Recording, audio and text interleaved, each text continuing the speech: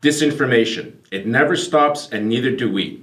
Welcome to StopFake, the place where we set the record straight on fakes about Ukraine. I'm Marko Suprun, and this week's debunking includes yet another separatist official office opening in the West, fakes about Ukrainian attitudes towards internally displaced people, and whose gaping mouth is the UN not going to put money into? Let's get to the details.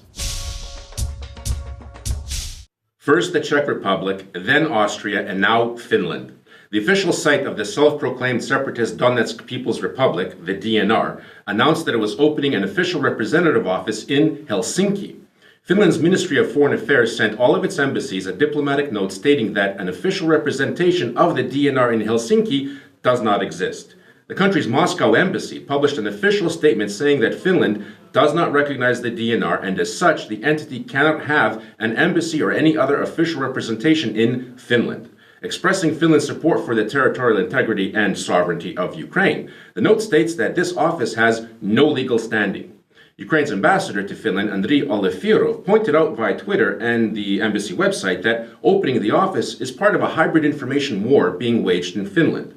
Johan Bachman, the Finn national who spearheaded the opening of the DNR Center, is an ardent Kremlin supporter and has often expressed his anti-Ukrainian position.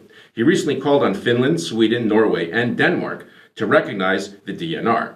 Mr. Bachman has been calling himself an official DNR representative since June 2014 and first tried to register a bogus representation center in October of 2016.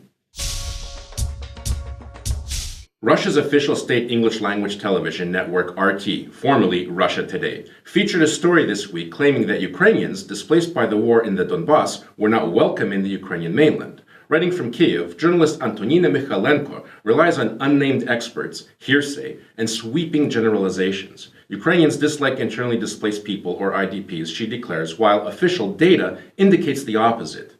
Mikhailenko manifestly ignores everything that will not support her thesis that, quote, people who leave the Donbas are denied housing and employment and are accused of unleashing a war. Now, the story contains only one official quote, that of an expert from the Institute of CIS Countries, a Russian NGO studying the post-Soviet countries neighboring Russia, often cited in pro-Kremlin propagandist media.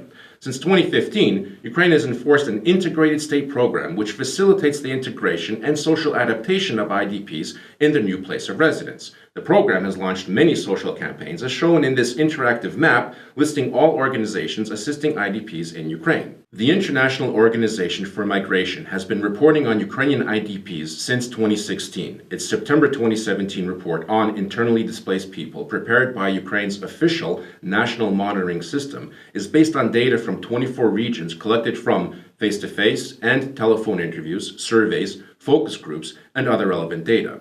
1,205 IDP households in 205 different locations in Ukraine were interviewed for this report. When there were reports of discrimination, the report found they were usually connected to suspension of social benefits. 9% of interviewed IDPs said they had encountered discrimination mainly in housing, employment, and healthcare. 2% reported tension between IDPs and host community, while 1% noted tension between IDPs and veterans returning from tours of duty in the war zone. Ukraine's most reputable polling agency, the Kyiv International Institute of Sociology, conducted a survey for the High Commissioner for Refugees on Ukrainian attitudes towards IDPs. Results show that 43% said their views of IDPs were positive, 47% said they were neutral, only 6% expressed a negative view, while 4% were not sure. The RT article also claims that Ukraine has not fulfilled any of its promises to help IDPs who are denied housing and employment despite having diplomas and experience. Well, this is patently untrue, as one of Ukraine's most recent programs enacted to support IDPs, accessible housing, allows 50% compensation for housing purchases as well as government loans at 7% interest. As for employment, the IOM report shows that 49% of all IDP households are employed. 78% of IDP men aged 18 to 59 are employed, and this is 10% more than the Ukrainian national average. Ukraine is a gaping mouth into which the UN will not put any money. Russia's pro-Kremlin site Politnavigator declared, completely distorting the words of the UN High Commissioner for Refugees representative in Ukraine, Pablo Mateo.